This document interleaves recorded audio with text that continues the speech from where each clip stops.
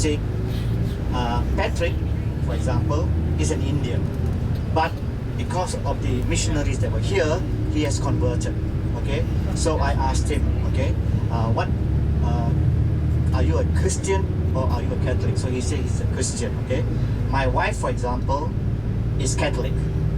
I, for example, people usually ask me, what religion are you, Jackie? I said I always answer, I'm born a Buddhist.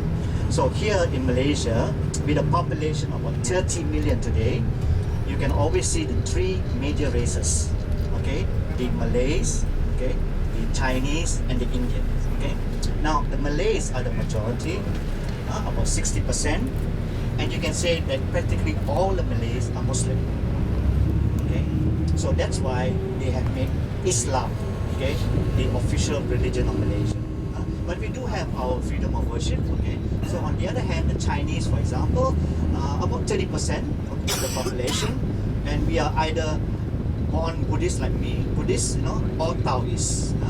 And it is interesting to know about Taoism because it is under Taoism that you have the different god and goddesses. So when we come into Kuala Lumpur, for example, okay, one of our stops will be, it depends on which way Patrick is taking, okay.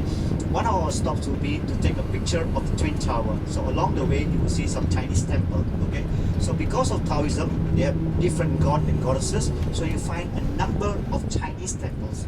So on the main altar is either, like for example, the main god of Taoism will be the Jade Emperor, or a very favorite goddess called Kuan Yin. Kuan Yin, if you translate, is called the goddess of mercy. So her temple are also, almost every part of Kuala Lumpur, for example. So, and I think most of you do know a little bit about Taoism because it is under Taoism that you find the Yin and Yang. The Yin and Yang is always the opposite. The male, the female, the good, the bad, darkness, light, and so on. So Yin and Yang, that is Taoism. And of course, the Indians, they are mainly Hindus. Now, the Indians, most of the Indians were brought over by the English. Malaysia was formerly an English colony, and they introduced, for example, tea here. So most of the tea is found in the highlands. So today we're not going to the highlands, okay? Grown in the highlands, and they also introduced the rubber trees. So both this agricultural product, plucking of the tea leaf, for example, or the cutting of the, or we call it tapping, tapping of the rubber trees, for example, need a lot of manpower. So what the English did was they brought a lot of cheap labor from India, from the southern part of India. So the Indians that are here, they are mainly Tamil. So that also comes to the topic about the education, because like for example, in the government school today, the medium of education is in the national language, that's Malay. When I was in the school, okay, my father, actually he's from China, okay, so he saw that the future language of Malaysia, Malay at the time, okay, will be English. So he sent us, all the children, to English school, okay. So that's why today we are what we call the lost generation, okay. We speak English, I speak good English, okay, but I cannot read Chinese and I cannot write Chinese. If I'm hungry, I can tell them in Chinese what I want to eat, okay. That much you will learn, okay, because the hunger will tell you to learn things, okay. So that's a lost generation, okay. So in the government school, the medium of education is in Malay, okay. We also have Chinese school. The medium of education is in Mandarin, the highest language in Chinese, okay. So talking about the Indian, we're coming to the topic because most of the Indians here are from the southern part of India. So we do have Indian school also, and the medium of education in the Indian school is in Tamil, not in Hindi. Hindi is of course the highest in India, Hindi, okay, but here is Tamil, okay.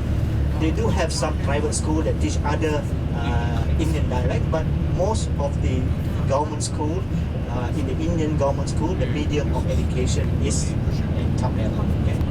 So that's the population division, and the other thing is, of course, our kind of government that we have here. We have a very interesting kind of government. Is what we call a constitutional monarchy with an elected parliament. The principle is something like England. The list hasn't come back yet. Is any Englishman around here? Put up your hand. Oh, okay, good. So we can compare, okay? You have a prime minister, okay? The present prime minister is David Cameron, right? Okay. So we have a prime minister here in Malaysia also. The present prime minister is Najib Tun Razak, okay? You have a queen, the present queen. Oh, she's the longest reigning queen, Queen Elizabeth II, okay? So here in Malaysia, we have a king, okay? Now, the only difference is that, you know, here in Malaysia, the king of Malaysia is elected. Not by the people, because here in Malaysia, we have 9 royal families. 9 states have royal families. So the 9 sultans, they will get together and they will elect one among themselves to be the king for a period of 5 years. Are you all familiar, or do you have Malaysian currency with you already? No, yes. Some of you say yes, some of you say no, no, no, okay.